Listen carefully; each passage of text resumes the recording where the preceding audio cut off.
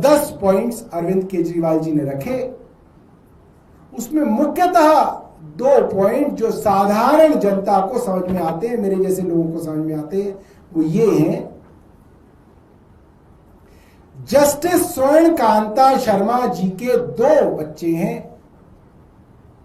एक लड़का है एक लड़की है, दोनों वकील हैं और दोनों ही केंद्र सरकार के सुप्रीम कोर्ट और हाई कोर्ट के पैनल पर हैं।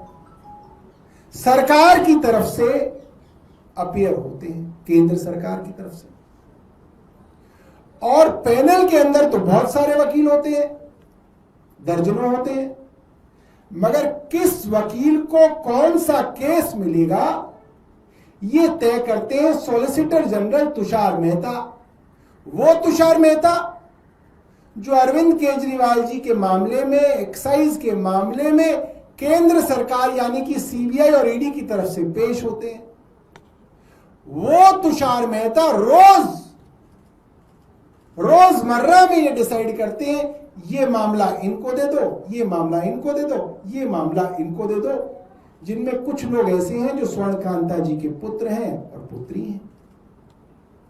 जहां पे वो वकील जो अरविंद केजरीवाल जी के खिलाफ खड़ा है, वो सॉलिसिटर जनरल जो देश का सबसे बड़ा वकील है सरकार की तरफ से, वो रोज तय करता है कि इतने मुकदमे हम स्वर्ण कांता जी के पुत्र को देंगे। वहां पे अरविंद केजरीवाल जी ने कहा कि ये जो है मेरे मन में संदेह पैदा करता है कि ये कॉन्फ्लिक्ट ऑफ इंटरेस्ट है। और भरी कोर्ट में कहा, ओपन कोर्ट में कहा, एफिडेविट में लिख के कहा कि जो सॉलिसिटर जनरल आपके पुत्र और पुत्री को रोज केस असाइन करता है, और वो मुफ्त में तो होता नहीं है, उसके लिए पैसा मिलता है सरकार की तरफ से, बेनिफिट है, उससे फाइनेंशियल बेनिफिट है।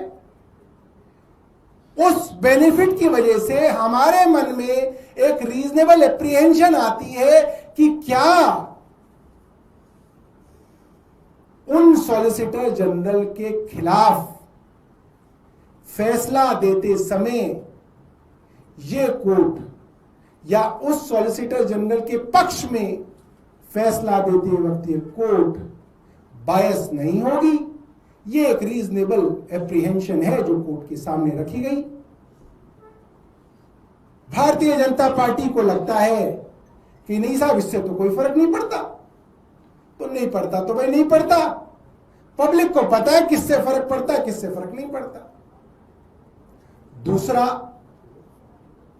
अरविंद केजरीवाल जी की तरफ से कोर्ट में ये बात रखी गई और ये फैक्ट है, मैं ये नहीं कह रहा कि ये कोई मनगढ़ंत बातें हैं। सीबीआई और कोर्ट ने भी ये माना है कि ये फैक्ट्स तो सही है, ये अनडिनाइबल है, ये फैक्ट्स गलत नहीं है। अरविंद केजरीवाल ने जो कहा है वो सही कहा है कि जस्टिस स्वर्ण कांता शर्मा के पुत्र और पुत्री केंद्र सरकार के सुप्रीम कोर्ट के पैनल पे हैं और उनको अन्य वकीलों के मुकाबले उनके बेटे को बहुत ज्यादा मुकदमे दिए जाते हैं।